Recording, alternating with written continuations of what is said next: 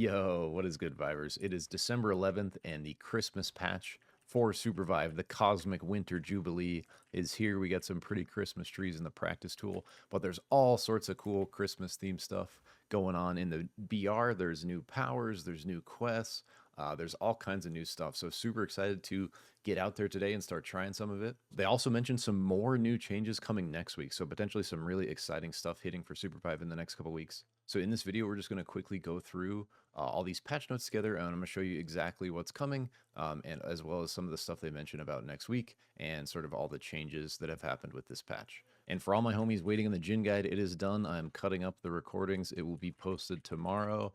I promise. All right, look at what a good time Zeph and Celeste are having running from these giant snowballs. Just looks like a blast, right? So they got this little hype video. It's actually pretty cool. I guess we could just watch it real quick.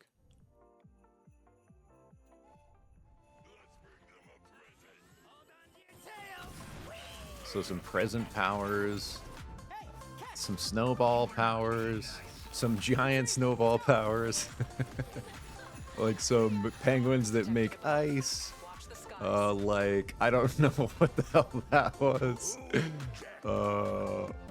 Present disguises, goodbye. Rapid fire snowball? Oh, well played. And who's this guy? Oh, and looks like they're adding some refer a friend point stuff too that I actually didn't see in the patch notes. So there's a little hype video, pretty cool. So welcome to the SUPERVIVE Cosmic Jubilee. We've been cooking up a storm for the holiday season with delightfully themed powers, treats, environments, and more.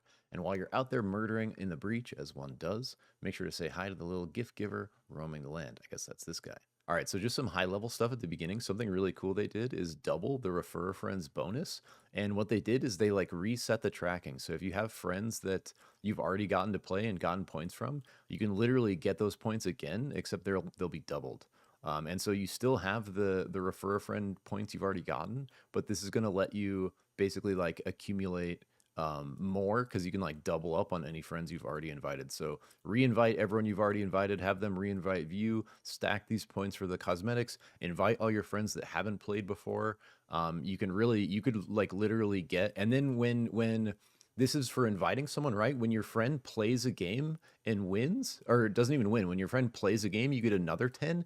And then if you play a game with your friend, you get another 10 on top of that. So if you invite a friend, even a friend that's already playing now, because they reset this, you can literally play with them, play a game with them, and you will get, and because they've also played a game, you'll get 30 total points. You get 10 for the invite, 10 for them playing a game, 10 for playing a game with them. And so you can go 30 points for friend. So if you have like 10 friends that you do this with, you can go 300 referral points. And I think they added new rewards where we look at the end here. I think it scales up to 500 now. So I think like the 200 reward is the black chroma of this Spec Ops Luna. I think they added this new one, crazy pink one, for maybe 500.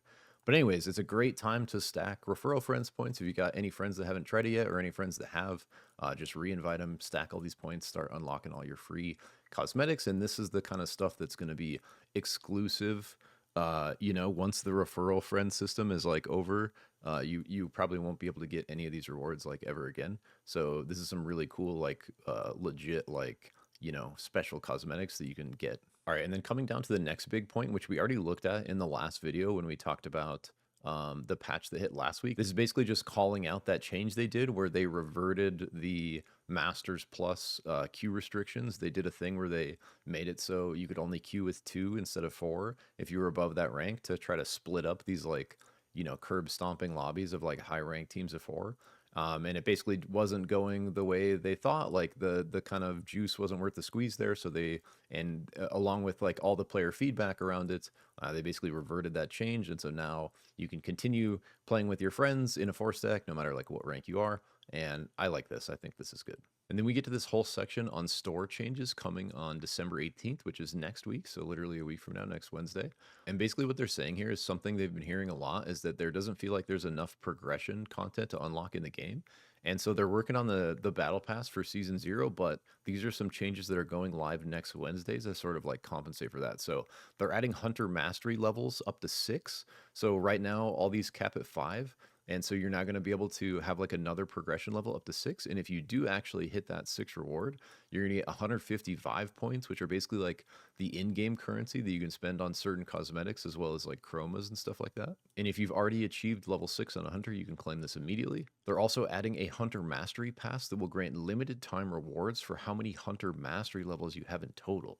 So I'm not sure exactly what that means, but that sounds pretty cool. You're going to basically be able to unlock limited time rewards based on like your total levels of mastery. And then another really cool change is they're adding the option to unlock more cosmetics via the in-game Vive points versus the Theorycraft coins. So there's going to basically be more cosmetics available to, you know, purchase with the currency you earn versus like what you purchase with the real dollar value with the Theorycraft coins, right? I personally think that's really cool, just giving you like more ways to, by playing the game more, you're going to be able to unlock more cosmetics without spending any more money. And then it says, we've also heard your feedback that waiting to buy a skin for your hunter is annoying. I mean, I'm not gonna lie, guys. We'd love good skins. We want to give them our money to support the game, but they got a lot of stuff they're trying to cook in the kitchen, so give them some patience here.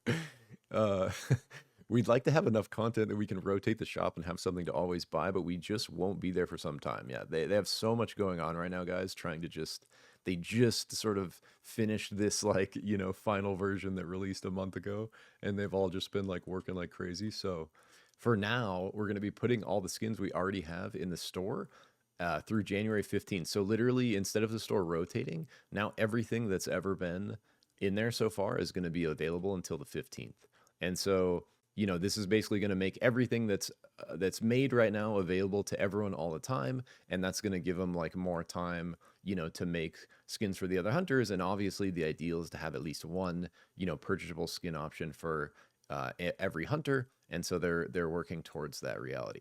All right, so that's some of the high level stuff. Now let's get down into like what's the actual in-game content that's getting changed or added with this patch. So very first thing is keep an eye on the map for this gift giver. A new gift giving NPC now roams around the map. He's that little guy on the snowball we saw at the end of the video. Maybe you can give them something in return. I legit have no idea what that means, but look out for him. You can interact with him, do something, could be cool. All right, now taking a look at balance, starting with our spirit buddy in the big mech suit, Oath. So it says, Oath has been dominant in the competitive scene for some time now, establishing himself as a must-pick character in most comps. We're looking to create more opportunities for enemies to take advantage of his broken shield, and also removing some of his chain CC potential. So especially at higher elos, Oath is an extremely powerful character because he can sort of bring so much to a team. He can be like a frontline tank. He has really good engage with his dash. He can CC with his slam. He can immune a ton of different stuff with his shield and protect his team. He can heal. He has a crazy, he can slam with his ultimate. He has a huge, like very strong crowd controlling and damaging ultimate. And so basically like they're just doing some stuff to kind of, you know, bring that all that sort of variety to like a more reasonable level and give him some potential weaknesses to exploit rather than just him being like sort of invincible if played correctly. And so the first thing is a halving of the stun duration from his wall stun. So if he knocks you into terrain with his big hammer with the shield push, you get stunned by the passive, and it's been reduced from 1 second down to half a second. So a full, you know, 50% reduction there, which is pretty big. And then looking at his heal that goes around his hammer regen field, the total healing has been reduced by 20% at all levels. The heal no longer repairs broken shield, so this is a huge deal because this was a big way that Oath could kind of like in like unlimited block a lot of the time. And now the heal only repairs the shield if the shield is up. So you can't throw the heal and repair the shield without the shield getting hit like you could before. So like these things kind of combined, the healing reduction with these bottom two is going to make his shield play like a little more reasonable, where we should be able to, you know, playing against him should be able to crack through his shield a little better and, you know, not have that constant healing, constantly resetting the shield to where you can sort of like shield infinitely. All right, and then coming down to Oath's best buddy, Zeph, and these two together have been extremely powerful, especially at higher elos and in competitive, because of sort of what they can bring to a team together. We have everything we just talked about with Oath, and then if we put the sort of power of the single target healing, the crowd control, and the sort of damage output Zeph can do, and how his damage like ramps his ability to heal, like these two together have just been a terror, especially in higher elo. And so they kind of echo that here. Speaking of dominant competitive picks, Zeph also has stood out as a meta protector pick for some time. We've heard a lot of feedback about how strong his burst healing feels compared to a Luna, so we're hitting that. So the R&B, where you can kind of pop those heals like really fast in a row, they're reducing the value by 15%. But the bigger change is that they're increasing the time required before you can heal again. And so right now you can kind of like spam that heal, like insta on someone. And now it's going to be a second and a half before you can recast it on the same target, like even if you have mana and stuff. And then it looks like we have another touch to Amplifier, and we just saw Amplifier nerfs last week, and they're kind of calling that out here. They're saying Amplifier's cooldown reduction interacts with equipment cooldown reduction in stronger than anticipated ways, and they've still been getting a lot of feedback from top players that Amplifier is really strong, probably especially in like niche cases. And so they're hitting it again. So this is a huge nerf right here. The stacks are going from 5 to 2.5%, so literally halved. So instead of being able to get 50% at 10 stacks, you're only going to be able to get 25%. So the cooldown reduction on the stacking is literally half as good now. So that's a giant nerf. And they're like trying to give some examples here, like of what's happening mathematically. So pre-nerf, 2 haste items without amplifier, so like ability haste items, gave 32% cooldown reduction. And then 2 haste items with a fully stacked amplifier gave about 60% cooldown reduction on the amplified ability.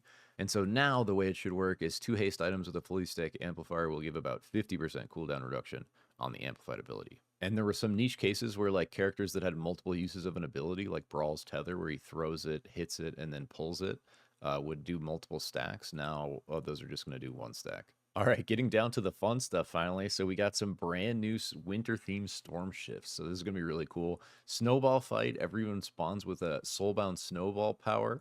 Snow bombers. Bombing runs pepper the land, turning everyone into snow people. So instead of getting blown up, you're just going to turn into a snowman, I guess. And gifts from above does what it says. Use your deductive reasoning. I'll let you guys figure that one out. New event powers. We got Snowball, Snowball Launcher, Present, Express Delivery, Avalanche, Mega Avalanche, Little Helper, and Emergency Penguin. So it does look like they put a couple of these in practice still. So here's a Snowball. Ooh. Oh, so this is like stacking CC. So it does a little bit of damage and slows and applies these stacks. And basically if you hit them 3 times, they're going to become snowmen and be unable to move for 5 seconds unless they take damage. So it's like an incapacitate. So if you successfully hit 3 of these, you're not going to get a full stun. You're going to get like a 5-second incapacitate. So now she can't move for 5 seconds. And if I hit her, she's going to break out of it. So that's Snowball. And then we have that same thing except Snowball Launcher. So it's like in cannon form. Which is really cool. So these are only going to apply 1 cold per hit, but it's still if you hit 8 cold, they're going to go into the incapacitate thing. Recharges 1 every 5 seconds, and it holds 15. So you have this like stacking snowball cannon, pretty rad. That's pretty cool. And we have Avalanche. Here's like mega super snowball. Oh my god. It's literally like 7 chonkers. That's actually awesome. It's a ultra massive chonker cannon, guys. It's 7 snowball chonkers. So what do? They apply 4 cold. Okay, so it's half of the stacks you need for the incapacitate, but it grounds for a second and a half. So it doesn't do like a chonker stun, but it does 4 of these cold stacks, and if they get hit by 2 of them, it's going to proc the 5-second incapacitate. Then we also have Express Delivery, charge to launch yourself and allies as a present. What? Oh, look, you can kind of see how far it's going. What in the world? That's a crazy power, bro. Hold to get into a present that travels further the longer you've charged it, up to 6 seconds. Allies can enter the present to be launched together. While inside the present, abilities cannot be used. While being launched, the present will heavily damage and destroy most destructibles and deal 150 damage to enemies. So this is like a group transport. Like you can like just like rocket yourselves in as a present all together, I guess. Express deliveries. All right, so we looked at like 5 of these. We also have Present, Little Helper, and Emergency Penguin that aren't in the practice tool, so we'll leave those to you guys to figure out yourselves. There's some like thematic like map changes where they've added like some trees, some snow, like some different stuff like that. Breakable ice has creeped down from the northern biomes into the rest of the map, and there are new holiday map additions everywhere. Winter train, snow people, presents, and new winter vaults. So keep an eye out for new vaults around as well. There's also this big changes to quests here, guys, and I really like most of these changes. I think this is all like stuff in the right direction. So drop leader can pick a starter quest during the drop phase. So instead of like that weird guy spawning randomly like right as you drop around you, this is going to let you like basically pick a quest as a team, like same way the drop leader picks the drop location. They're going to be able to pick a quest based on where they're dropping to start out. And I really like that. And I really hated the interaction with that quest giver, the way it like pinged you. And you had to go to him. So this is going to basically completely eliminate that. Then we also have some really cool changes to the quests themselves. They've added a second PvP quest called Team Wipe, and this one's only going to show up if you've already completed Brawlers. So if you finish Brawlers and grab another quest, you have the option to get this Team Wipe one, and I would imagine these are some pretty spicy rewards because it's basically like the second, up of completing Brawlers, like a chain quest. Then we have Vault Hunters no longer spawn books, just instantly grants 150 XP to all teammates. So this was like the quest you basically had to get because it could get 2 of your teammates to level 5 if you shared the books on day 1. So it was basically like before it was like if you weren't picking Vault Hunters, you were like trolling basically. But now Vault Hunters is on like a much more even like level to the other quests. So it's going to grant everyone a bit of extra XP, but not give you the ability to bump allies up to 5 and gain their ultimates day 1. The Farm Creeps quest requirements have been reduced by 4, so from 16 down to 12. The Farm Creep rewards have been upped a little bit, so you're just going to get a Hypervive instead of one of the Vive Brews. And then the actual chest spawn is going to show up like right next to the last creep kill instead of like around a random teammate. And then we have new missions for like XP in the menus. For like progression on the hunter pass and stuff. So you want to interact with the gift giver, you want to use winter powers, you want to open presents, you want to turn people into snowmen with these presents, and you want to play winter storm shifts. So play the game, use the winter stuff, you'll complete these missions, easy peasy. And then coming down to the client, this is a really interesting one that I didn't really know was a problem, but apparently they've been getting some feedback about this, where players want to leave the game if they haven't been rezzed within a certain amount of time, which is just, this is probably a lower elo thing. Like if you're an experienced player or like trying to climb ranked, you don't really want to leave ever, because even if it's just your teammate alive, other squads can be dying on the map and you're going to be ranking up and like gaining RP and stuff just from them surviving. So this is like a sort of a weird one to me, and I'm sort of curious like where this came from. But basically what it's going to do now is if your teammate hasn't revived you within 3 minutes, like if you've just been sitting there for 3 minutes dead, you can just like leave the game and like re-queue. And, I expect this is going to be count just like a loss. Like you're just going to get, whenever you exit, you're just going to get whatever RP you would have gotten if you like lost the game right there. But yeah, a really interesting sort of change here. I really don't recommend doing this, guys, because there are situations where it's going to take longer than 3 minutes to res. I've had many situations where it's taken me longer than 3 minutes to res my team, but in some good chunk of those situations, I've like resed my team and maybe we came back and ended up winning. So yeah, don't recommend using this feature, but it is now in the game. And then there was like a pretty sort of obnoxious bug with Discord and other applications that would stop working if SUPERVIVE was on for a while. So they fixed this, and special shout out to Aiden BY and Zendrix, 2 of the longtime OG homies, for helping us track this down. Thank you, boys. Appreciate you. And then we have new cosmetics rotation as well as new Twitch drops. So the new cosmetics rotation is also going to include everything that was in the past. So like we talked about up here, like everything in the store being added all at once. So there's a new cosmetics rotation, but then we're also going to have everything else that already exists from these changes, right? And then we also have new Twitch drops. So we're going to have 2 holiday Vive Pup emotes in this window from like right now to the beginning of January, January 1. And then the first like part of January, from January 1st to January 20th, we're going to have Korean theme Shrike emotes from Nexon. So that's going to be cool. And then coming down to this final section on bug fixes and QOL changes, it says after this patch, we'll be rolling out network changes that should improve latency for a number of players that have been experiencing worse than expected latency to our Ohio and Hong Kong servers. I think this is me because I'm in Oregon and I'm getting like 100 ping to Ohio. And that seems like it should be at least a little bit better. And so hopefully this helps me out and helps a lot of other players out as well. Huge thanks to all the players who went through a pile of troubleshooting steps with us to figure this out. Thank you, players. We all love you.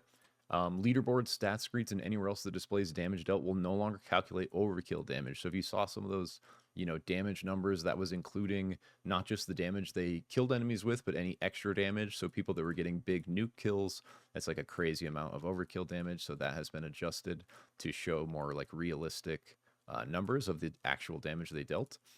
Increase XP from playing Arena to be more similar to BR. So if Arena is your preferred gaming method, you can just chill in there and game out and not feel like you're losing XP compared to playing BR. You can now progress Hunter Mastery missions in Arena games as well. So Arena kind of, getting put on the same level as BR as far as like prio and progression, which is pretty cool to see. Improved AFK detection in Arena, which I really like. That seems to have improved the AFK detection in Practice Tool as well, which is super annoying for someone like me that spends a lot of time in Practice Tool.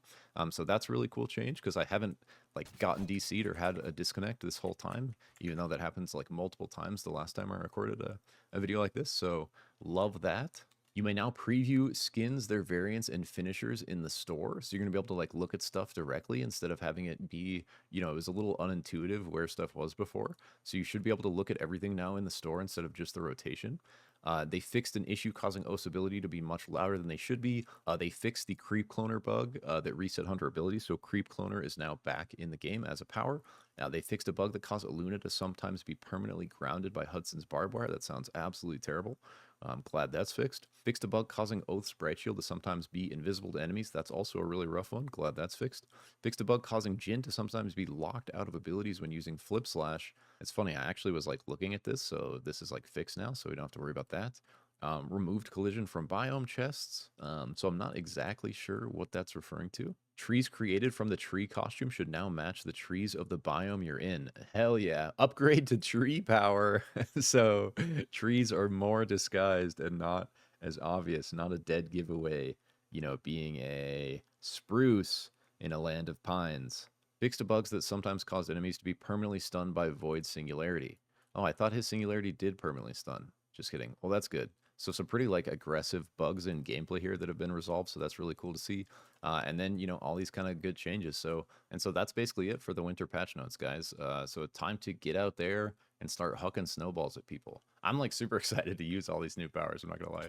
A lot of these snowball ones look really fun. So I hope you found that useful. Stay tuned. Jin Guide is going to be hitting tomorrow. I'm working on the edit today. And then I think I have a couple scrimcasts lined up for the end of this week as well. So I might be able to bring you guys a little more shoutcasting. But as soon as we post the Jin Guide, we're going to be moving on to the next hunter. And I'm going to be continuing to pump those beginner guides till we've covered all the hunters. Then we can start diving into some more like advanced mechanics and like cool build stuff. So thank you so much for watching. Remember to take care of yourself and keep vibing. I will see you out in the breach for the Cosmic Winter Jubilee.